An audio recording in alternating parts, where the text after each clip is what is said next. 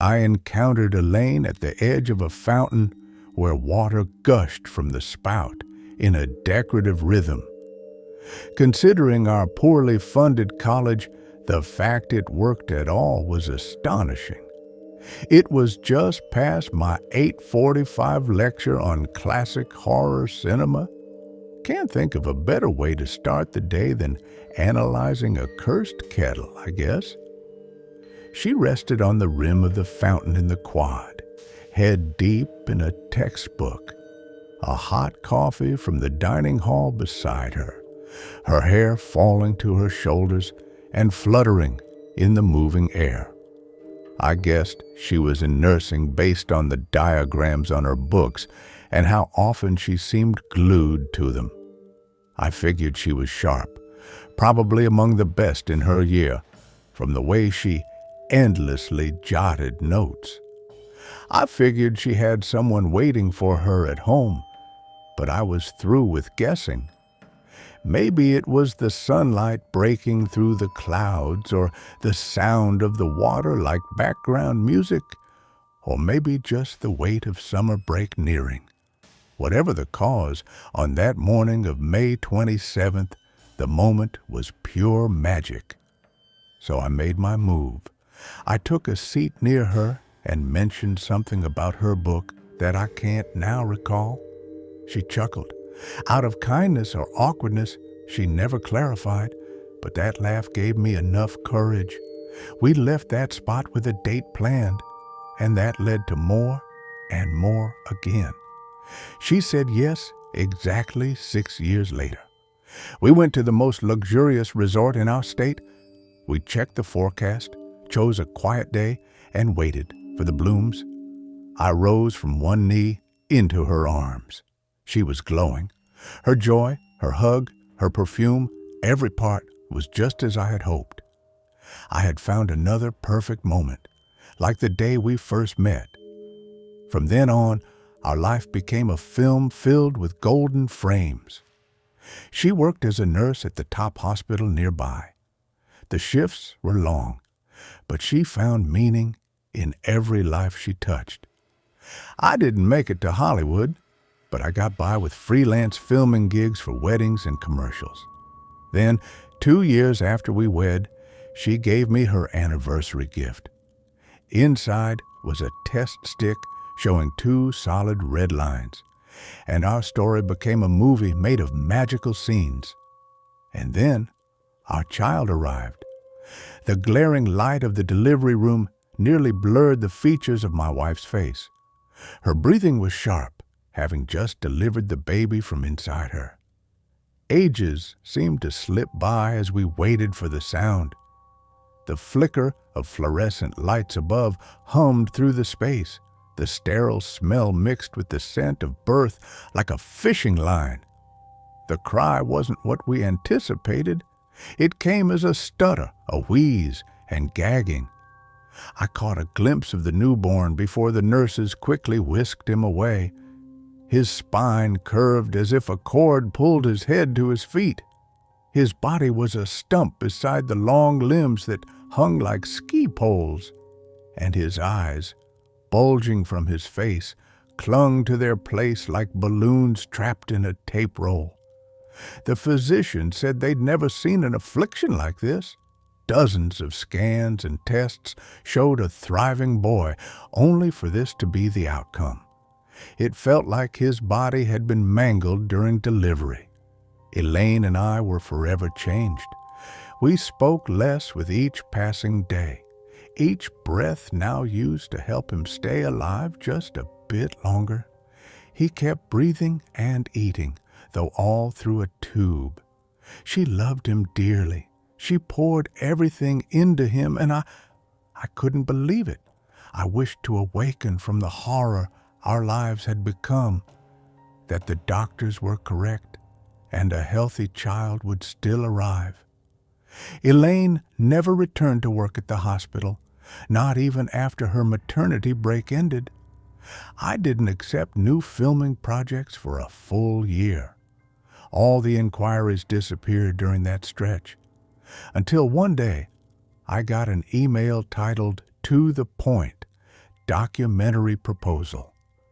I'd always dreamed of making a documentary. Weddings and ad shoots were mostly guided by others, so the idea of being the creative lead excited me. We are a small congregation located an hour outside Pleasant View, West Virginia. Our celebration is in a few days, and since it's a once-in-a-lifetime occasion, we'd like it captured. We request 3 evenings of your presence and promise to treat you like family. If you're open to it, we can go over payment and travel. Budget is not a concern. We trust our beliefs may hold special meaning for you, Mr. Dowie. May your faith remain. Pastor Madison. I recoiled after reading it. Why would this be personally relevant? Apart from the strange sign-off, I never leaned toward faith. In light of what happened, my doubts grew even deeper. The longer I pondered the message, the more I would resent myself if I agreed to something like that. Weeks slipped by after Pastor Madison's original message. I sent out over 50 applications that week, searching for stable work. Out of nearly 50 roles I applied for, I heard back from just 4, each with basically the same. Each wheeze or cough brought her to refill the baby's feeding tube or swap its diaper. She was consumed by it, while I struggled to look its way. I felt ashamed of myself for reacting like that. The guilt pierced me constantly. Money completely ran out. We started charging every cost to our credit cards. That choice buried us $3,000 in debt within just a few months. We were scared of losing the house. We were scared of losing our child. We feared everything, and yet my name brought back one job rejection after another. I turned to food delivery eventually, but each payment felt like trying to fill a canyon with a cup of dust. Then another message arrived, this time not for me, but for Elaine. She shared the email, which read like this: I hope this reaches you in good health.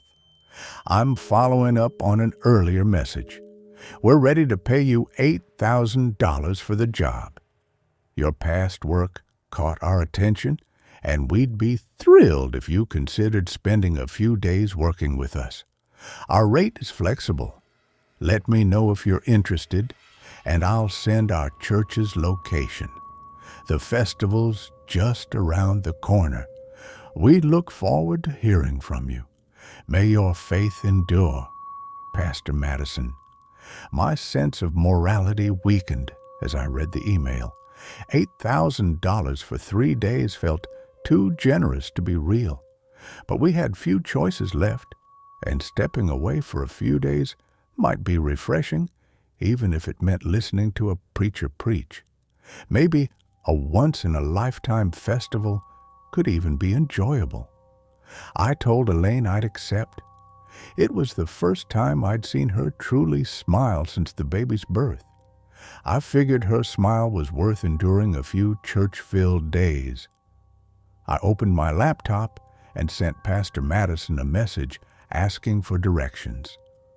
Only 3 days remained before the festival. Pleasant View was a mere 2-hour trip from our house. Following the pastor's instructions, I turned onto a dark road that turned from blacktop to stones, then finally dirt. The path ended in a ring of trees just 10 minutes off the main highway. The last 50 minutes had to be walked. Not an easy task while hauling all my camera gear.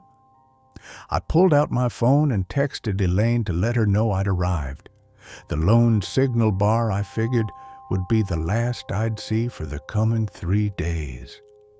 After a short moment of doubt about leaving my vehicle, I stepped into the thick forest. An hour later, I broke free from the brush and leafy woodland into an open space. Buildings dotted the grass with what looked like minimal planning. Even calling them huts seemed too generous. Logs were piled and sealed with hardened clay to make the outer walls, each built differently, but all sharing the same worn condition. Only two structures were big enough to hold more than 3 people: a building inside a fenced acre and a church placed in the center of the village. The steeple's top sat empty, where a cross should be. I thought of capturing a shot of the area to prove it wasn't some fake film set I had wandered into when someone approached. The figure wore a spotless white robe decorated with a Jerusalem cross stitched in golden thread. A deep red sash lay over his shoulders, also marked with golden embroidery. He seemed to float over the dirt road. Each step was slow and intentional. His jet-black hair was closely cropped to his scalp. Not a single hair grew below his brows. There was no gray in sight, despite the wrinkles that lined the corners of his eyes. His dark irises masked the pupils completely. I assumed this must be Pastor Madison. I took a seat and reached out my hand. "We're grateful for your visit, Mr. Dowie." His tone was silky, as if all stress had melted away. His hand was smooth and feather-light as he shook mine. Something about his demeanor made it impossible to feel put off, as though he'd been crafted to be liked by everyone. "Please accept this." He handed me an envelope. Inside was a check made out for $4,000. I was certain the rest would follow after the festival. It felt impolite to ask just then. He had a way about him that made questioning seem unnecessary. So I thanked him for the upfront pay and slid it into my wallet. A photo of me and Elaine caught my eye from behind the leather. Our smiles looked frozen on our faces. I remembered how hard we had to try to wear them that day. We leaned over a wide, pale emptiness, introduced to the image by a fold I'd made nearly 12 months earlier. Each glance at that picture hit me in the stomach. The crease never stopped the pain, but it was still there. "Let me take you around our village before your first session." It looked like I could already see most of it from where we stood, but I nodded. As we headed toward the village's center, he pointed out each building, sharing stories about the people who lived in them. He spoke warmly about it. He directed my gaze to the stream where they cleaned their clothes, the open area where the young ones played, and the shaky well that had dried into a hazard best avoided altogether. But I barely heard his soothingly dull voice as my focus shifted to the enclosed field. A cluster of women knelt beside one of the cattle standing there. They caressed and kissed its belly as they sang. I considered asking the pastor about the odd scene, but chose to stay silent, his aura still too hard to challenge. He spoke instead. "The sun is setting. It's time for our ceremony." A blend of color, cast by the full moon-tinted window, took shape across the space. Flickering candles made the shadows sway in an entrancing rhythm. Pastor Madison stood ready to preach to the villagers who filled the 30 available pews. The sound quality was as ideal as could be in the open hall. All rustling and murmuring stopped the moment Pastor Madison stepped forward to start. "Let there be a moment for each of us, a moment beyond the hardships of now where we can discover all things." While reviewing the viewfinder, I noticed there was too much empty space above the pastor's head. I made a quick adjustment until it looked right. We can shed the imperfections and faults that define us now through belief in the truth revealed. The church's lighting was making the color tone feel too warm for my preference. I hurried into the camera's menu to tweak the white balance, using Pastor Madison's robe for calibration. I cringed at the mistake, blaming it on my lack of recent experience.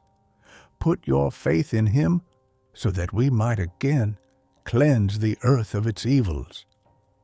A door behind the pastor creaked open, and the crowd jumped to their feet with loud applause, blocking my view and the camera's line of sight to the pulpit. I could barely glimpse the stage between shoulders and clapping hands. I collapsed the tripod and shifted to the aisle for a better angle at the front once again.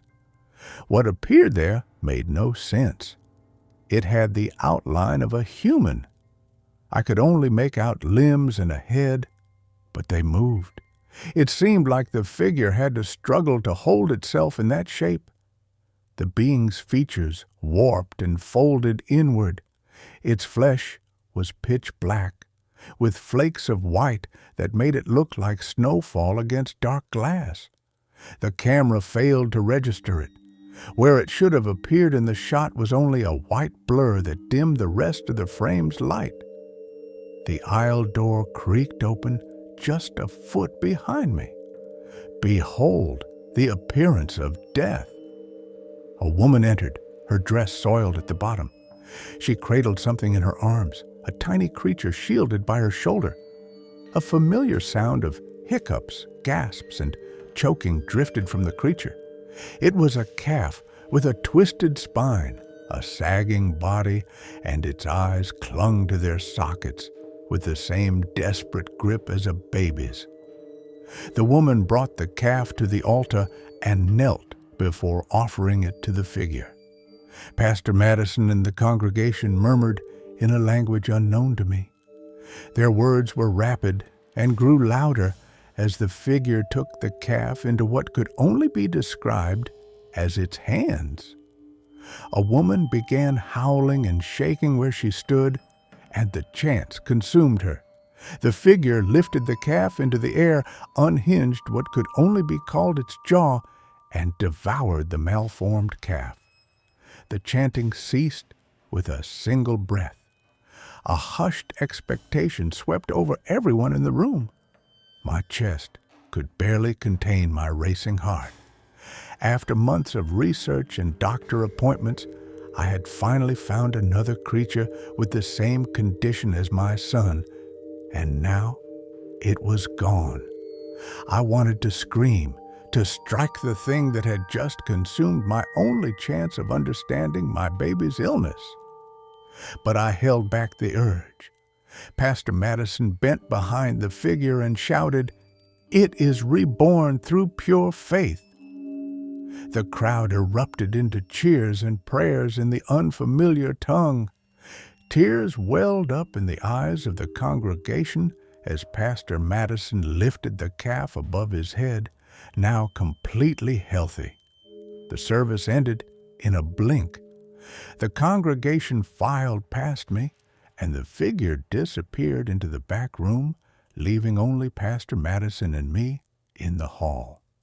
He saw my confusion and, with a gesture, invited me to follow him into the back room.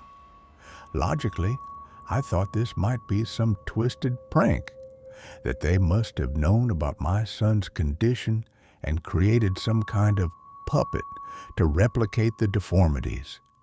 It looked too real to be a puppet, but it had to be something. As Pastor Madison entered the back room, I felt a very real possibility that I was about to be in the same room as that thing. All I knew was that on the other side of that door, there were answers. Answers that felt like the only ones I could possibly find. So I took a deep breath and stepped in. The door creaked in a way I hadn't noticed from the back of the church. The tan stucco walls were no more than 10 feet in any direction.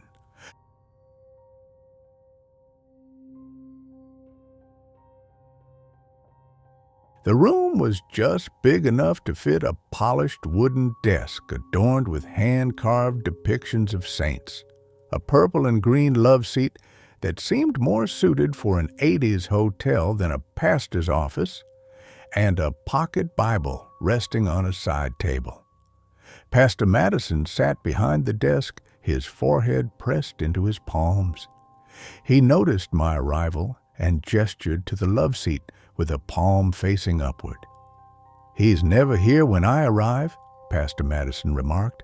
He must have sensed my unease. The calmness his words provided shattered the floodgate of questions as I poured out every thought that came to mind. What was wrong with the calf? Why was it cursed? Was any of this real? What was that thing? He sat silently through my onslaught of inquiries. His neutral face remained unmoved as they bounced around in his mind until he finally spoke. That was my son's Bible before he passed. I used to have 3 others like it, all filled with notes, page after page. I found this response strange, given all the questions I had asked. I took the pocket Bible in my hands without opening it.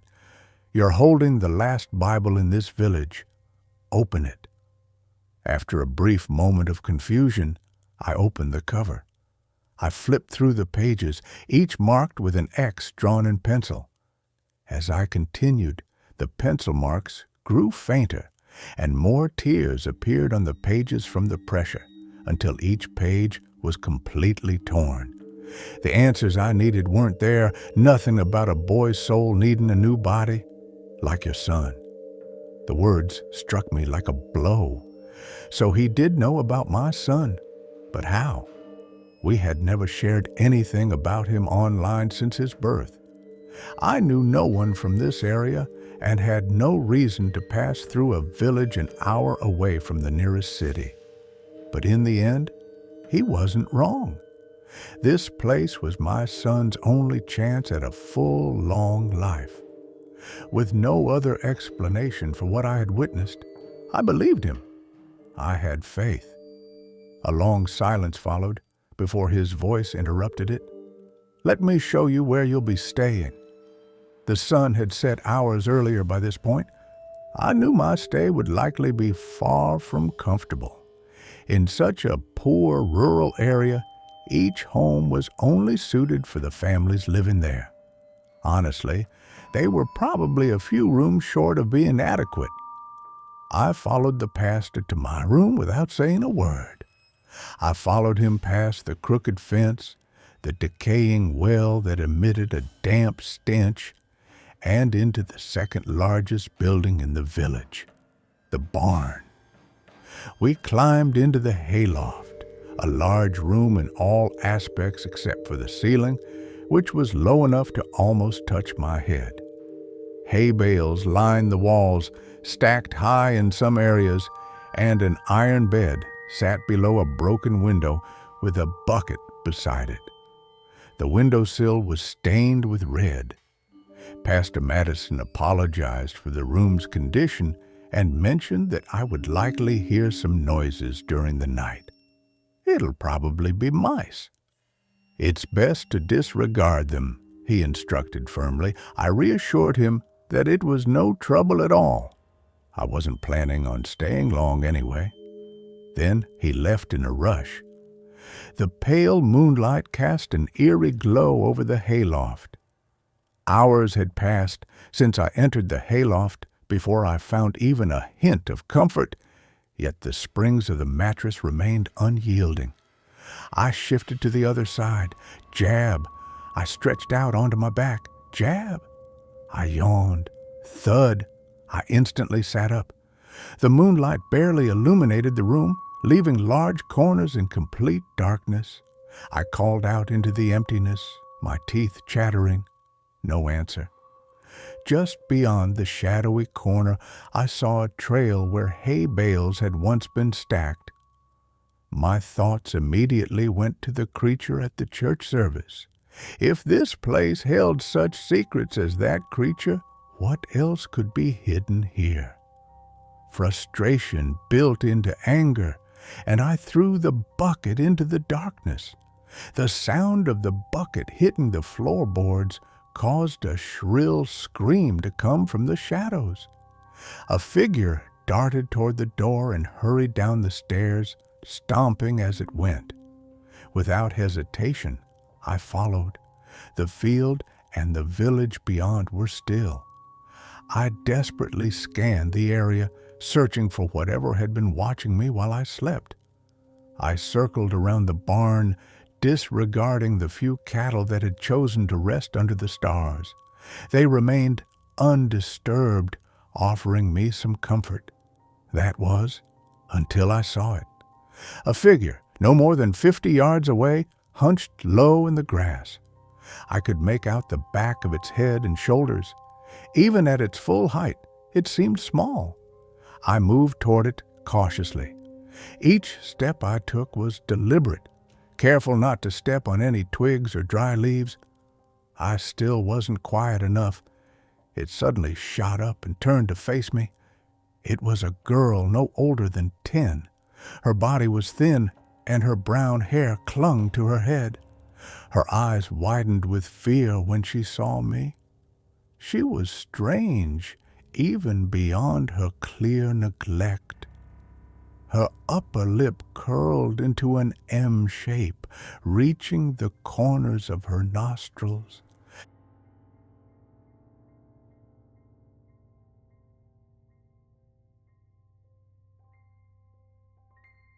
She quickly slapped her hand over her mouth, hiding the deformity in shame. She dropped the woven hay basket into the grass. I could hear her breathing heavily as I stepped closer. She backed away, keeping a steady distance between us. Tears welled in her eyes and shimmered in the moonlight. Not knowing sign language, I crossed my arms over my chest and gestured for her to trust me.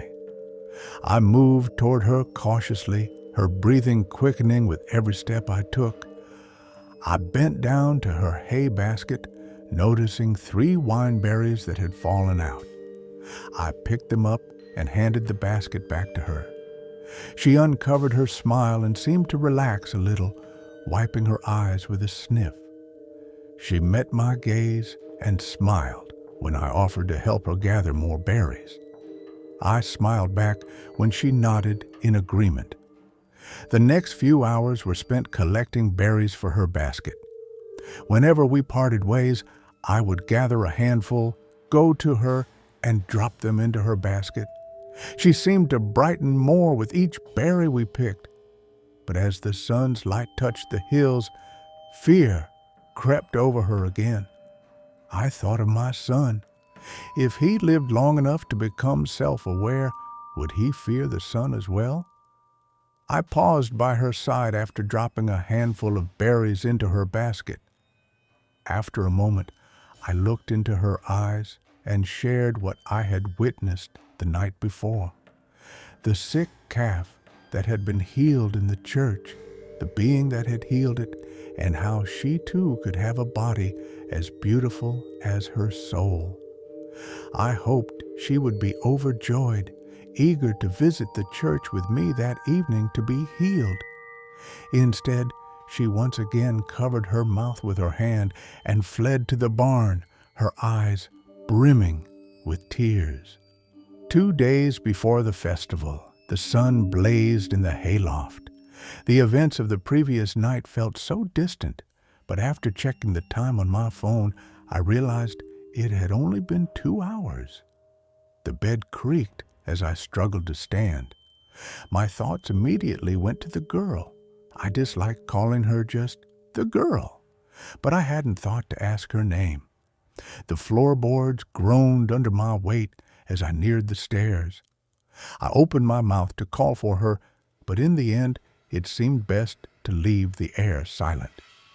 I descended the stairs, my camera equipment in hand. The morning light soon became midday as I filmed B-roll of the church, the barn, and several nearby houses. As the day went on, I took shots of the village's residents. A wife washed the family laundry in the creek and hung it on a clothesline. Her right leg, slightly shorter than her left, caused her to limp with the help of a twisted wooden cane. A husband with a hunched back leaned against his door frame, puffing smoke from his pipe. A group of 5 children played sword fights in a backyard, using sticks they had scavenged from the tree line. Each one had a distinct imperfection: a burn, a scar, a lazy eye, a missing hand, and the last had Down syndrome. Every person I approached seemed to have some form of abnormality, and each of them shrank away from the camera as soon as they noticed it. I arrived back at the barn in the evening, just as the sky was beginning to lose its blue. As I climbed the stairs, I heard a quick shuffle of feet coming from the hayloft. When I entered the room, nothing appeared different, the bucket still lying where it had been thrown across the room. The hay bales were still scattered from the top of the stack, and the girl was hidden in her usual spot.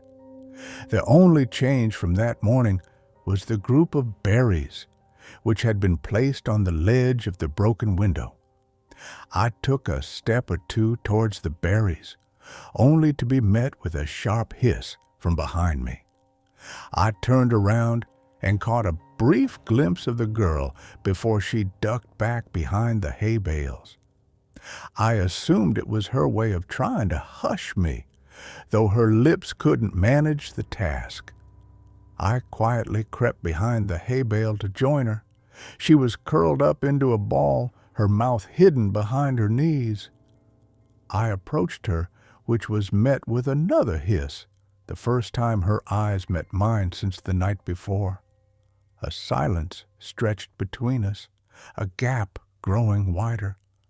A soft breeze swept into the room from the shattered window. The sound whistled through the jagged shards of glass still clinging to the frame and ruffled the loose hay against the door. The noise was enough to catch the girl's attention. She quickly turned her head around the hay bales to look at her berries. She remained unchanged. She stopped upon realizing this, then retreated behind her knees again. I apologized for upsetting her and explained that I never meant to hurt her feelings. She didn't reply. After a brief pause, I reached into my pocket and pulled out my wallet.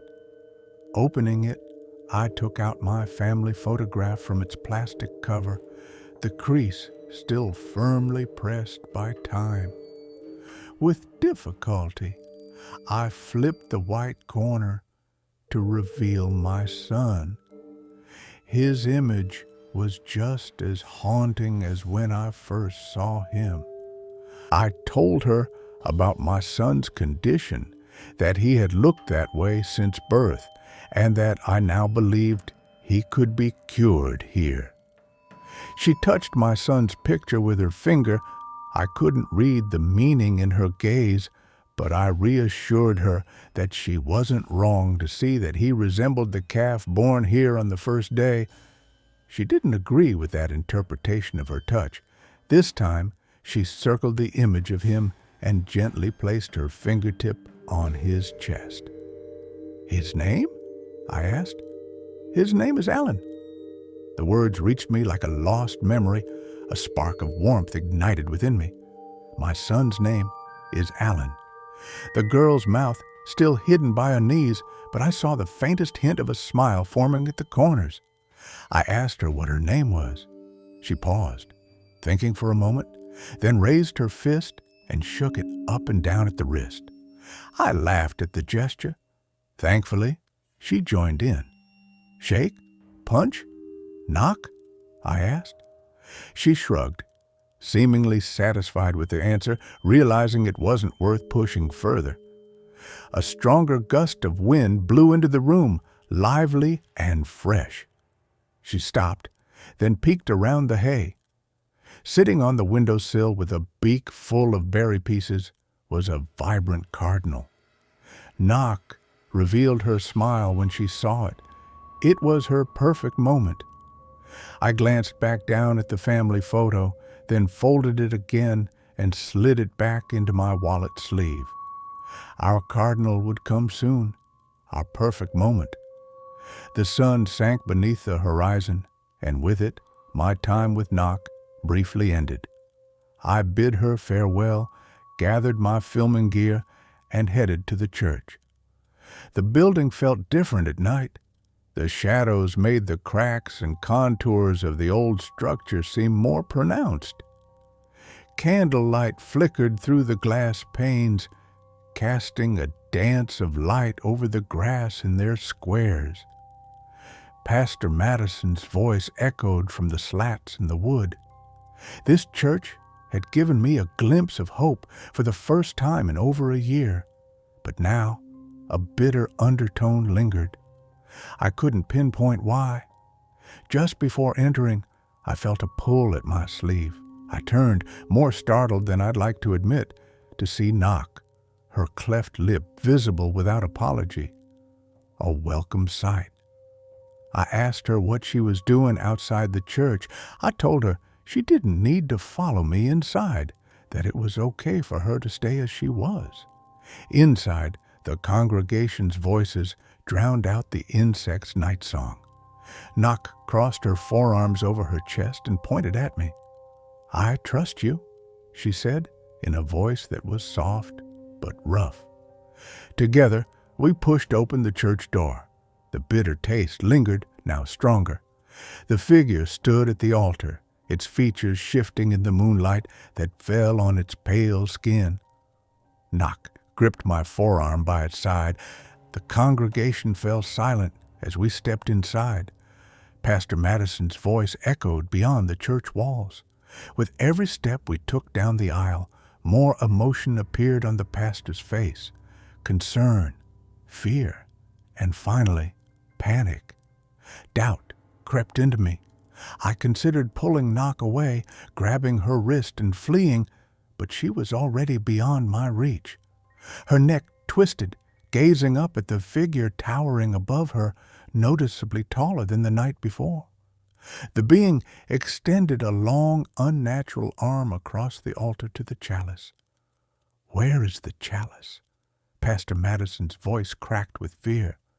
The being handed the chalice to Knock. One of its fingers dipped inside. Pastor Madison looked at her, his face pleading for her to make eye contact, but she didn't. She looked at me. The bitter taste filled my mouth. The sweet hope had disappeared. Tears welled in my eyes, and still, with her gaze fixed on mine, her arms crossed over her chest, and her head turned toward the being, her eyes became clouded by a milky white film, and a smile spread across her face. "I shall." She responded to a question never spoken. Pastor Madison rushed from the church, brushing against me as he passed. My throat tightened with the pleas I could barely suppress. She took a sip, and the crowd erupted in applause. I could see in her smile that her joy deepened. She hummed a tune that I was certain came to her in that instant, a melody just like the woman singing to the calf. Then the bone cracked, the spine collapsed, and the eyes bulged out. All the while, her hum continued, and the congregation began their strange chant. Alan, the calf, and now Knock were bound together in this living death. The figure seized her transformed body. Its fingers became jagged shadows, piercing her stomach and lifting her effortlessly into the air. The chanting grew louder, more frenzied. I stood frozen. I couldn't move. I couldn't think. I couldn't even breathe as the being's mouth unhinged with a sound like cracking trees. Knock's unrecognizable form slid into the creature until the hum stopped. The chant of the crowd ceased, awaiting rebirth. A girl with two perfect eyes and lips standing on the altar. A girl reborn through unwavering. The being glided from the altar and into the back room. The church was silent, broken only by the faint cry of a child. Candle flames devoured the last of their wicks, leaving pools of wax at their base. The floorboards rested after the congregation's weight had made them scream. The altar was left empty. Hours passed since I last saw Knock before I found the strength to leave the church.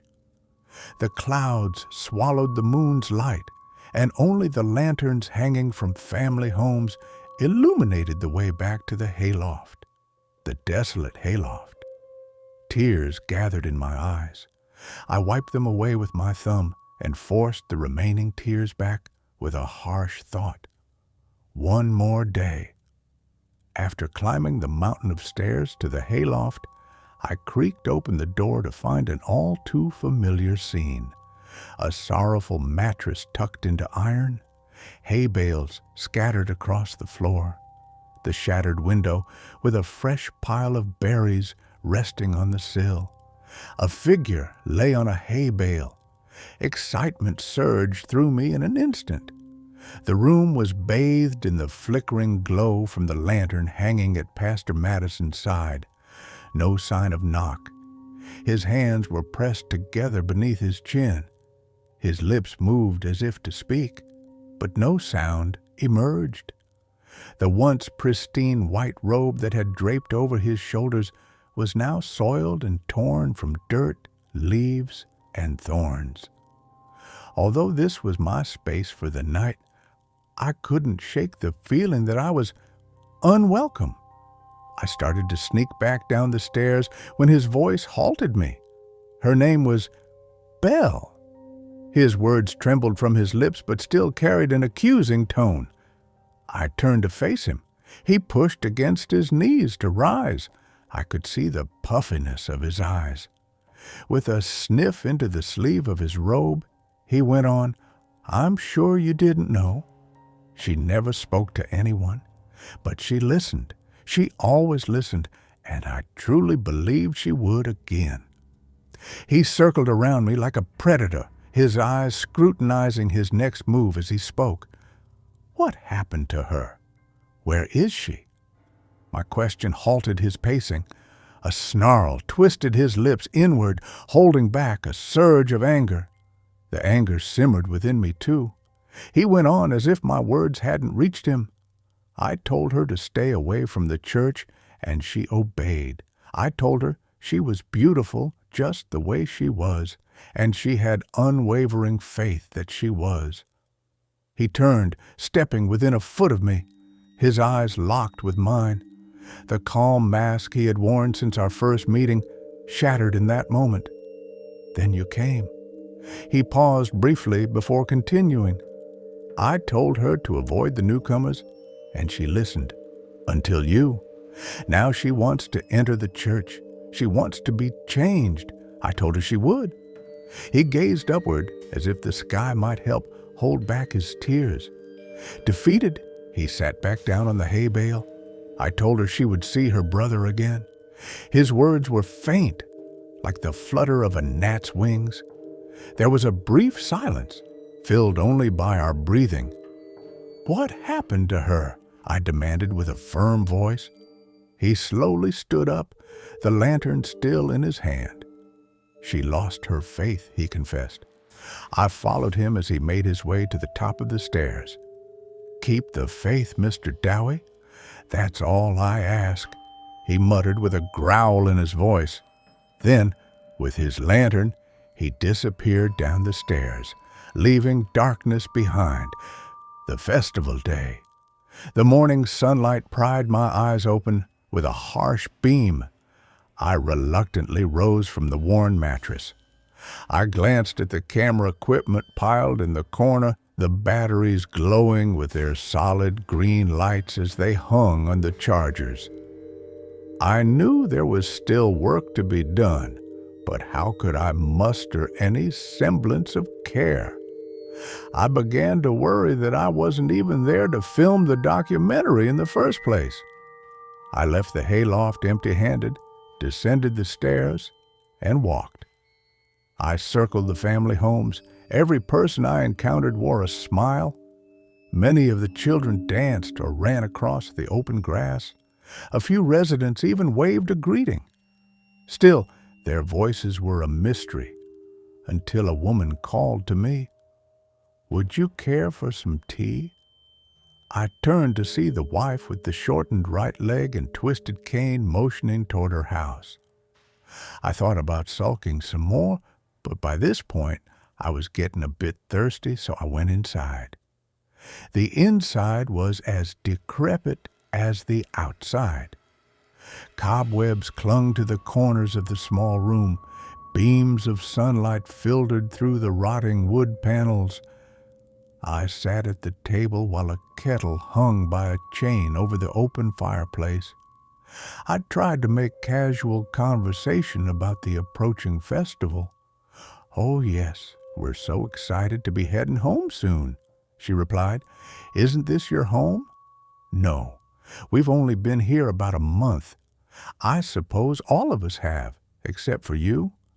I remember when the pastor finally contacted you. He ruined one of his last good robes in those woods." My stomach turned. I tried to warn her that we all needed to leave this place, that we won't make it out of here alive unless we all leave right away, that our fate would... The horrifying snap of her bones rang in my ears. Her lips curled, not in fear or concern as I hoped, but in pity, as she tapped her finger on the handle of her cane. "I'm real sorry for what happened to your girl, but we were all promised a cure, and we have the good faith to receive it." Nightfall came with a heavy sense of dread. People gathered outside the barn for the festival. Lanterns hung from broken broomsticks, and pitchforks were stuck into the dirt in the open field beside the barn. The lights circled the group of people as they danced, laughed, and clapped along to the tune of a fiddler with a missing foot. I stood outside the crowd. My camera gear was still up in the hayloft. There were no perfect shots here. I kept my eyes on the tree line. I thought about making the trip to my car 1,000 times that day to avoid what I knew was going to be a gruesome spectacle. But each time I glance, it seems more like a barrier, as if there were truly no space between the trees. We were all trapped. A figure emerged from the dirt path leading into the heart of the village. I dreaded the approach of the deity, but this figure was far too pale.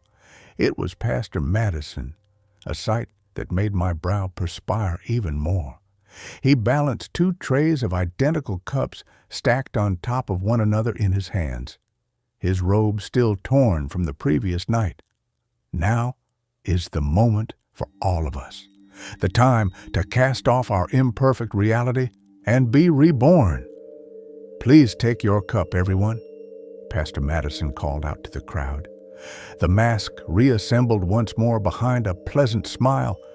The crowd obeyed, each grabbing their cup and stepping away from the cluster that had gathered around Pastor Madison. The crowd dwindled until only 1 cup remained on the tray. Pastor Madison locked eyes with me in an instant. My spine shifted uneasily within me as he approached. The last cup extended. "Have faith for your son," he murmured through his teeth, offering the cup to my chest. I took it, pausing to consider his words. Despite what happened to Belle, could this still be my son's only chance? I looked into the cup. The black liquid reflected my image back at me. I watched as my face distorted in the ripples. "Drink, and you will be made in the true image," Pastor Madison called out to his followers. One by one, they drank the black substance, hearts filled with faith. A portrait of myself, drawn on a dusty canvas, stared back at me once more from within the cup. I turned and walked to the well, pouring the cup's contents into the abyss. However, the sound that arose wasn't that of liquid meeting its reflection or ichor splashing against stone. It was an unusual sound. I leaned over the stone wall to investigate. A pit of despair awaited me. At the bottom of the pile were the faithless and the faithful alike, a mass of distorted hooves and fur gathering dozens of corpses. At the top of the grotesque heap lay a body with a twisted spine, bulging eyes, a cleft lip, skin drawn tight over bone, leaving only the empty shell. I ran toward the tree line, rushing past the doomed followers drinking the last of their poison. A warm melody spilled from the lips of the most eager, a prelude to the thunder of crushing bone. I gave myself no time to feel sorry for them. The tree line was just meters away, closing in fast. I suppressed the sinking feeling of being trapped there. Escape was all I could think of, even if I had to break through an invisible wall. The gap between the trees collapsed just as easily as the evening breeze I rushed through. Realizing the wall wasn't built by the deity, but by my own fear, gave me a small sense of relief.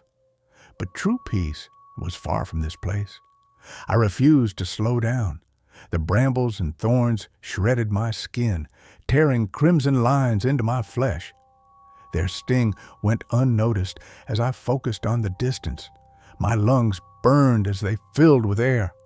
My legs ached as they propelled me forward. After what felt like miles, my body finally alerted me to the damage a thorn bush could do. I crumpled to the ground. It must have been 15 minutes. There had to be a break in the trees just a few more steps ahead. My car, and with it safety, had to be close. I glanced over my shoulder, half expecting the eerie, shapeless apparition to emerge from behind a tree and consume me whole. Instead, there was nothing but emptiness between the trees. Only the lullabies of crickets filled the forest. In front of me lay a puddle, untouched by my frantic movements. In my exhausted state, the sight of water felt like a blessing.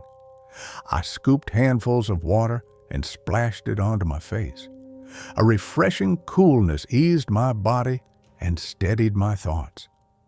A drink seemed tempting, but the murky dirt swirling in the current of my disturbance quieted that desire. When the dirt settled and the water stilled, the remaining light from a grim day carved out my reflection. The face I had known all my life seemed different that day.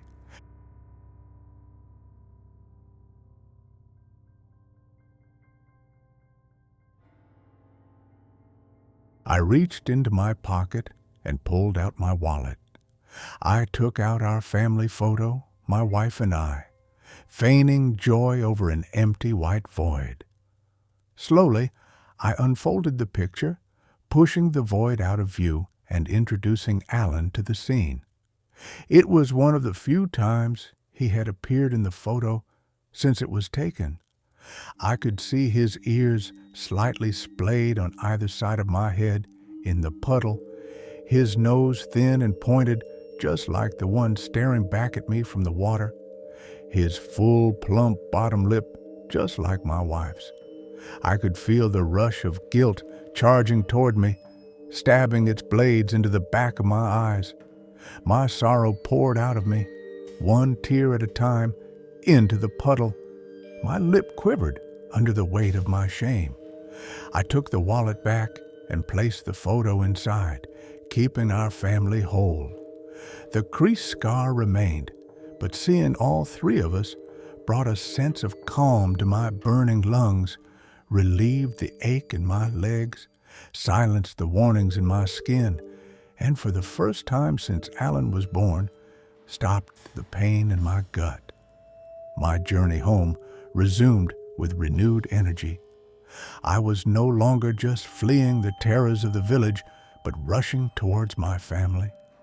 The thought of reuniting with them brought a joy I hadn't felt in ages. The air felt fresher, the insects more bearable, the trees more enchanting. After only a short walk, the forest finally let me go. My car stood exactly as I had left it.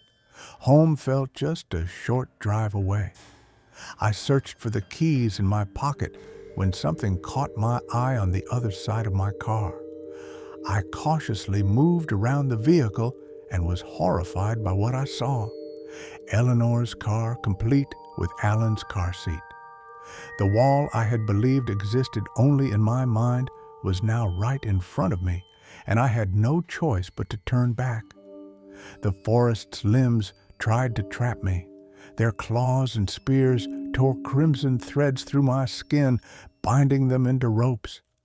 The puddles snatched a shoe from my foot, causing me to stumble but not fall. I pressed on, not even considering retrieving it. The twigs and pebbles that formed the forest floor poked at my very soul with every step. Nightfall covered the woods, making it impossible to avoid their painful jabs. The burn in my legs returned. Sweat gathered on my forehead. I had to be close now. What if, in my rush, I got turned around? What if that thing is keeping me trapped in these woods? As quickly as the doubt surfaced, they were silenced. An eye appeared through the trees, scattered with age-worn structures, the inhabitants of which were nowhere to be found. Signs of their festival lay strewn in the field near the well. An array of cups rested forgotten in the moonlit grass, their contents drained dry. A pair of pants no longer fitting the distorted form that had once worn them, a twisted wooden cane left behind by the woman whose ailment now exceeded its usefulness. The church flickered with candlelight. That had to be where everyone was. I hurried toward it as quickly as my fatigued muscles would carry me. The candle flames clung desperately to their last flicker as they gnawed at the remaining nub of wick. Wax spilled from the candelabras adorning the windows. The moon hid itself from this night, leaving the stained glass windows dull and lifeless. Pastor Madison stood at the podium, silent, his gaze locked on the vacant wooden canvas clutched between his hands. Before him, a line of followers stood, each filled with the hope of his teachings. Their bones shifted and snapped out of place, their spines bent unnaturally. Their eyes, so full of promise, bulged from their skulls. Their legs were weak twigs, barely strong enough to support their bodies. Their trembling knees wobbled under their weight. At the end of the line was Elaine, holding Alan against her hip. Seeing them in such a place made my stomach churn. I wasted no time in giving her a warning. I told her everything, about the cattle with our son's condition, about the deity that had come to cure it, about Belle and the well that contained her body. I spoke with such frantic urgency that I must have appeared insane. I studied her face as an unbearably long silence passed. Her eyes were wide with shock. "Everyone here looks like Alan," she murmured in confused wonder. "Yes, and we have to leave," I said, pulling her toward the exit. Her gaze remained fixed on the crowd of twisted figures. Panic surged in my gut as I tried to tear her attention away from the horrifying scene. I could feel her gaze beginning to shatter when I heard a creak from the altar. The back door was open. Its presentation of the darkness swallowing the room beyond beckoned Pastor Madison to begin his speech. His eyes and spirit remained low. Tonight is a night of promise, a night of rebirth. As you draw near, do not let fear take control of you. As the pastor spoke, the entity emerged from the shadows of the back room. Its imitation of the human form contorted its limbs into place, shoulders rolled into position, spines straightened with precision, joints aligning as its head tilted toward the ceiling. The figure glided into position in front of the line like mist. The newly distorted congregation marveled at the being as though it were a divine presence come to heal their suffering. I begged Elaine to take our son and leave with me. She stood mesmerized by the sight before her. "May you have faith," Pastor Madison whispered. With that, the being lifted the first individual in line as effortlessly as a father lifting his child. The woman in the being's grasp hummed a tune through a grin, a smile of peace and expectation. Despite her newly transformed body, her original affliction remained visible. Her right leg was still noticeably shorter than the left, the entity's jaw dislocating to accommodate the grotesque combination of skin and bone. I turned to almost push Elaine out of the church door when I felt it. A flame ignited inside me. The warmth washed away the fear and horror in my bones. Every ounce of discomfort knotted within me vanished in a heartbeat. I could feel the world correcting itself deep within. Then, from behind me, I heard the sharp, gleeful sound of a promise fulfilled. I turned to face the altar. The candle flames had rekindled. Their flickering light filled the once overpowering darkness. The kind woman, once a broken mass of limbs, stood beside the deity and danced, her feet creating a rhythm on the floorboards. Her joy was boundless, a joy so tangible and contagious that I had only ever seen it in children. Tears streamed down her face, tracing the edges of her smile. She had been reborn with 2 legs of equal length. The sight was unbelievable. Moments ago, I was ready to leave, convinced this place was nothing but lies and deceit. But in that instant, the truth revealed itself to me. One by one, each person was taken into the embrace of the entity and consumed, and each emerged from behind its static form, transformed. Twisted limbs were straightened, amputations restored, disorders corrected. The church buzzed with laughter and song. My eyes never left the celebration. My cheeks grew sore from smiling. The powers beyond this world offered themselves to us as healers, a divine eraser removing the unjust and unfair afflictions of our world.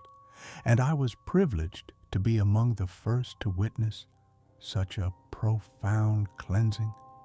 The last person to be reborn emerged from behind the entity and joined the celebration. He was a boy no older than Belle. The scar that once traced through his hair and down his neck was gone. The only reminder of its existence lingered in our memories. They were all healed. Each one had placed their faith in the promise given to them, and each was rewarded with a fresh start. The embodiment of death had been vanquished in mere minutes by this celestial being. An angel stood at the altar. An angel had promised a brighter future for all of us. An angel now locked eyes with me. The connection of our gazes filled me with a deep sense of reverence. I understood what it desired, and I longed for the same. I turned to Elaine and gently held Alan in her arms. He was asleep, unaware of the miracles unfolding around him. His eyelids couldn't fully hide the pale expanse of his eyes. His neck arched back in its usual painful manner, and I could see the veins snaking through his fragile arms, the blood rising over the bone ridges of his elbows. Tears blurred my vision as I looked at him. I was proud of him. I was proud of who he was, what he had endured. I glanced up at Elaine. Her face said what we both understood. She handed Alan to me with quiet dignity. The broken shell that had once housed our son was ready to be shed. The candlelight grew even brighter when I cradled Alan in my arms. I took care not to disturb him as I moved between steps. The aisle seemed to stretch on forever. The celebration halted. The reborn congregation watched my son with gentle smiles, ready to accept him in his new form. They began their chant in a soft, nurturing murmur. The unfamiliar language had a soothing quality to it. As I listened, I knew it had to be the language of the heavens. The realization struck me like the warmth of a summer day. The deity stood only a few feet away from us. Its eye sockets remained steady under the shifting of its features. They stayed locked on us as we approached. The closer we got, the more its human form seemed to falter at the edges, as if the vessel were cracking from the pressure. It could have been an illusion caused by the candlelight, but the constant reshaping of its features seemed to form a smile. I stood before it, feeling undeserving of its presence. The scent of sweet fruit filled my senses. My neck strained to meet its hollow eyes. The shifting void on its head barely resembled a human face, yet the bare minimum became the most exquisite face I had. My cheeks shifted from a painful soreness to a numb acceptance of the smile I'd been holding. It was as if love and joy had materialized before me in the form of pure beauty. A melody came to me in my bliss. Humming along to the tune felt as natural as breathing. I knew I had never heard such a melancholic tune before, except maybe once, from Belle. It was comforting to think that her song would come to me in that moment, that in some way she would be redeemed by my faith, by my son's faith. The deity, gazing down at me with the tender eyes of a father, extended its arms toward Pastor Madison. Its arms stretched as far as the task demanded. I watched it lengthen to bridge the gap between it and the chalice in the pastor's hands. With the ease of a breeze, it brought the chalice to my chest. One of its sharp fingers pierced the surface of the water inside. The blackness of the finger bled into the water, transforming it into the shape of the angel, a service to the impure, an offering to the unworthy. In its faint reflection, I saw the being's face, unchanged, as for the first time it graced me with its voice. "Shall you drink of me, and I of you?" Its voice was otherworldly. It was the totality of creation expressing gratitude and the Creator bestowing their blessing. It was everything. It was nothing like anything heard before. The fire of bliss burned just beneath my skin, darkening my insides. The world beyond the chalice faded away. Nothing had any significance or meaning once I heard its words. All I wanted was to follow its every command. I wanted to surrender everything I was to it. I took the chalice. It was freezing to the touch, as though it had been pulled from the deepest parts of the Arctic before being placed in my hands. The candle flames were white. The golden cup shimmered in their light. The chants from the congregation rose into a synchronized cry. Their fervor warmed me even more. It ignited my desire to worship and obey. "Kashal," I whispered. My acceptance called my God's hand. Palm turned to the heavens, and pointed fingers rested gently in a row. My son was still sleeping on my hip. His frail body sagged at my side, with the beautiful soul concealed within. The hand of God reached out for him, offering to shape the body into the image of the soul. I handed him my son. The hand expanded to cradle his tiny frame. My son, now in its grasp. My fate lay within the cup. God's fingers wrapped around Alan, a cup filled with the essence of his blessing, filled with a life free from flaws. My hand raised my son toward the sky. My lips pressed around the rim of the cup, warming the frozen edge. I opened my eyes to see the ichor approach my lips. The sacred chants thundered from the crowd. God's jaws parted to the size of my son. I met myself at the edge of the chalice. The ichor remained still in that moment. Stuck to its surface was a shot as flawed as a shot could be. Tears had been flowing from my eyes without my knowing, eyes that had once seen the truth and allowed it to blur before them, clouded in a milky fog, the eyes of Belle.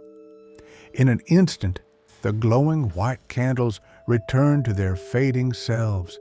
The sweet fragrance of fruit turned into a suffocating, decaying rot, and the God I had just offered my son to became the monster I knew it to be.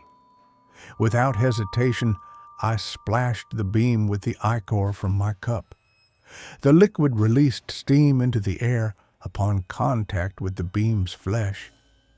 A shriek that pierced my eardrums erupted from the depths of the creature before its black form retreated into the shadows on the floor and dashed into the back room. My son fell from the ceiling. I rushed to him in panic, reaching out to save him from the harsh wood below. The sound silenced the room. Even the candle flames stopped flickering. Only my breathing filled the air.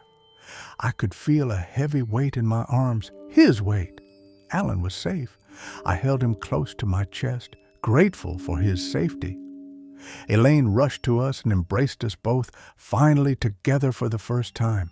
A scream, born of pure anguish, pierced the air.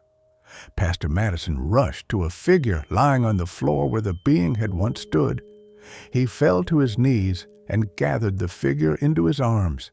It was a boy. At one time, it had been a boy no older than 2, judging by the tiny, severely decayed body. Fragments of bone jutted through the rotting flesh at its chin, brow, and forehead.